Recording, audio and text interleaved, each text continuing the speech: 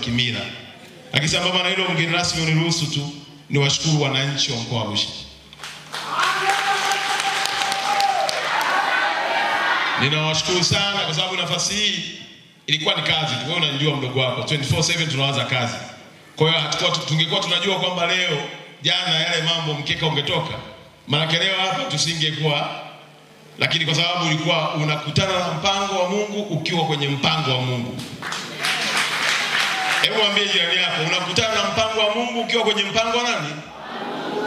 Huku kwetu hakuna ajali. Mpango wa Mungu ndani ya mpango wa Mungu. Kwa Mungu alikuwa amepanga iwe hivyo. Ninashukuru pia kwa kukubali na kunipa heshima hii ya kuwashukuru. Na washukuru wananchi wa mkoa wa Arusha kwa sababu kubwa mbili. Moja, wana upendo wa kweli. Wana upendo wa dhati sana. Hakuna jambo mheshimiwa mgeni rasmi niliwahi kuliitisha wananchi wa mkoa wa Arusha wakaacha kuja.